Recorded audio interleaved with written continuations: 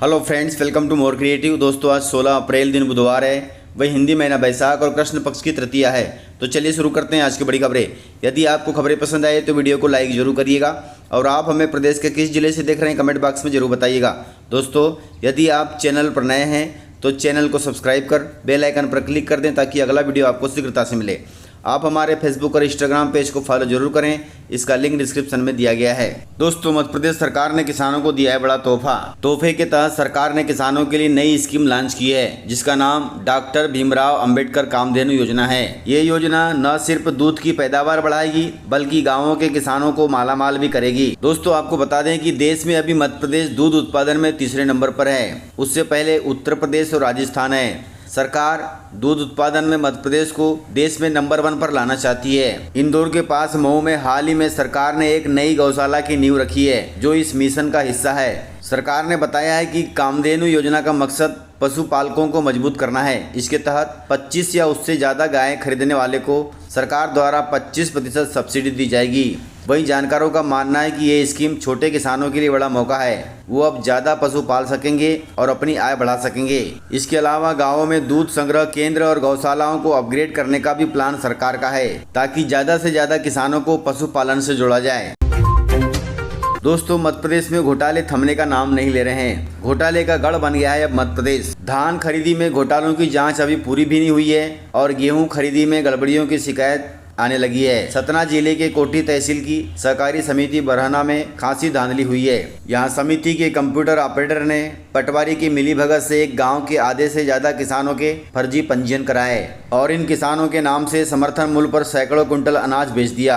पूरे के पूरे गाँव के किसानों को जब भनक लगी तब तक भुगतान भी हो चुका था। अब केंद्र पर गेहूं लेकर जा रहे किसानों को पहले से खरीद पर्ची दिखाकर वापस लौटाया जा रहा है। अब इस फर्जीवाड़े से नाराज किसानों ने मुख्यमंत्री मोहन यादव से शिकायत की है। अब मुख्यमंत्री इन कर्मचारियों पर क्या एक्शन लेते हैं वह देखना होगा।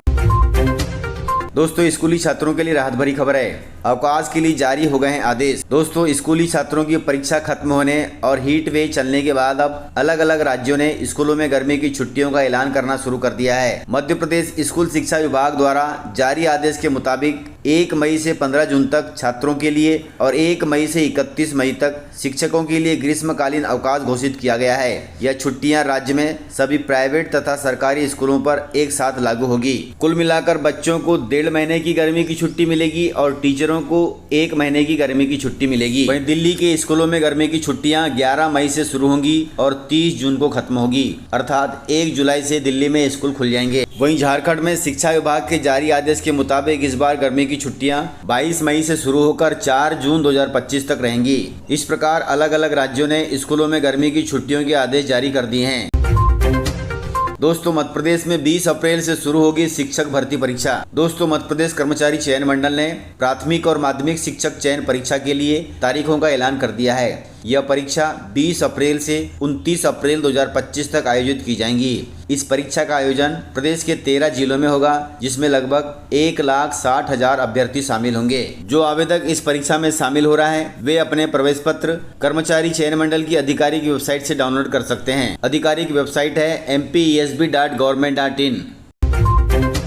दोस्तों, फिर बदलेगा मध्य प्रदेश का मौसम। मौसम को लेकर बड़ा अपडेट सामने आया है। मध्य प्रदेश का मौसम एक बार फिर बदल रहा है। मध्य प्रदेश में 16 अप्रैल से लू का असर तेज हो जाएगा। वहीं मौसम विभाग ने इंदौर, ग्वालियर, उज्जैन और चंबल संभाग के जिलों के लिए हीट वेव अलर्ट जारी किया है जिसके चलते तापमान 42 डिग्री तक पहुंचने की संभावना है। मौसम वैज्ञानिक प्रमेंद्र कुमार रैकवार ने बताया कि 16 अप्रैल को मौसम 2 रंगों में दिखेगा, कहीं बारिश होगी तो कहीं लू का असर दिखेगा। इस दौरान इंदौर, ग्वालियर, उज्जैन और चंबल संभाग के कुछ जिलों में लू चलेगी और 17 तथा 18 अप्रैल को 11 जिलों में भी लू चलने की संभावना है। वहीं खंडवा, बुरहानपुर और खरगोन में भी लू की स्थिति बन सकती है।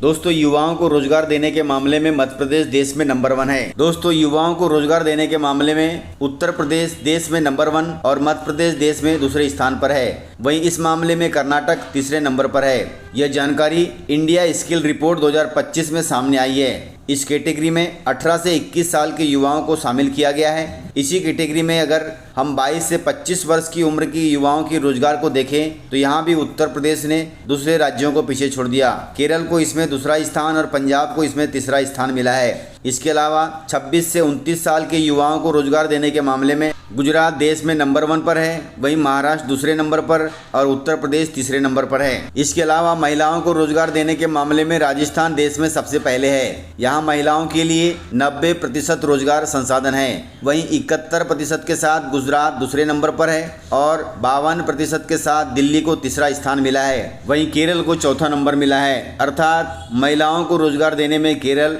देश में चौथे स्थान पर है। इसके अलावा पूरे देश में गणितीय कौशल के मामले में मध्य प्रदेश के युवा दूसरे स्थान पर है। यहाँ 75% युवाओं का गणित में अच्छा प्रदर्शन है। इसमें 80% के साथ सबसे ऊपर उत्तर प्रदेश के युवा हैं। वहीं आंध्र प्रदेश को इसमें तीसरा स्थान मिला है। यह सारी जानकारी एक सर्वे के मुताबिक है, जिसकी जानकारी हमें होनी चाहिए। मध्य प्रदेश की करोड़ों लाडली बहनों के लिए खुशखबरी है, क्योंकि आज मिलेगा इन लाडली बहनों को तोहफा। 16 अप्रैल बुधवार को मुख्यमंत्री मोहन यादव मंडला जिले के ग्राम टीकरवारा से योजना की 23वीं किस्त के 1250 रुपये बहनों के खाते में जारी करेंगे। इसके अलावा सामाजिक सुरक्षा पेंशन तथा गैस रिफिलिंग की भी राशि जारी की जाएगी। इस प्रकार तय समय से 6 दिन बाद लाडली बहनों को मिल रहा है तोहफा। दोस्तों, केंद्रीय कृषि मंत्री शिवराज सिंह चौहान ने बनाया है किसान फार्मर आईडी।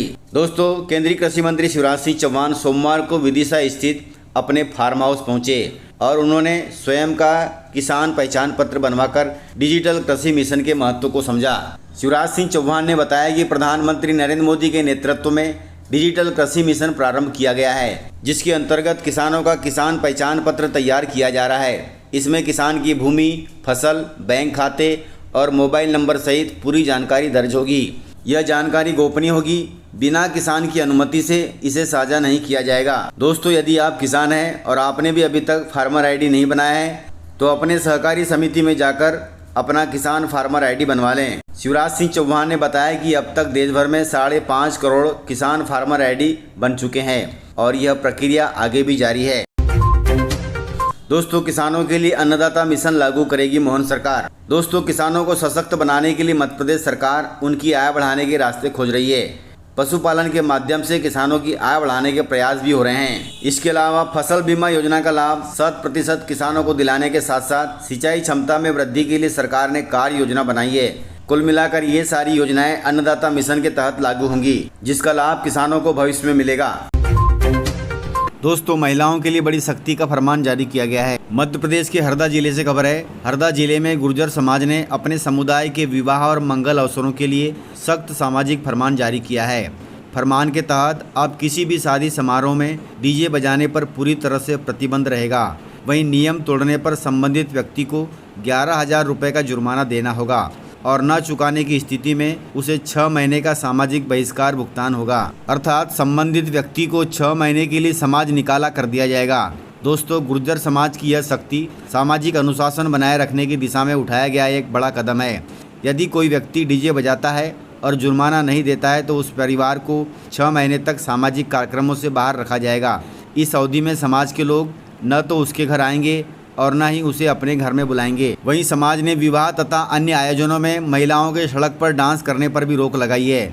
लोगों का कहना है कि यह निर्णय महिलाओं की गरिमा और सुरक्षा को ध्यान में रखते हुए लिया गया है। हालांकि महिलाएं घर या निजी परिसर में डांस कर सकती हैं, इस पर कोई पाबंदी नहीं है। इसके अलावा गुर्जर समाज ने शादी विवाह के मौके पर शराब सेवन पर भी प्रतिबंध लगाने का फैसला लिया है। साथ ही समाज की कार्यकारिणी से एकत्र राशि को शिक्षा के उत्थान में खर्च करने का ऐलान किया है। इस फैसले को सभी सदस्यों की सहमति से पारित किया गया है और इसे तत्काल प्रभाव से लागू भी कर दिया गया है। इस प्रकार से हरदा जिले में गुर्जर समाज का फैसला है।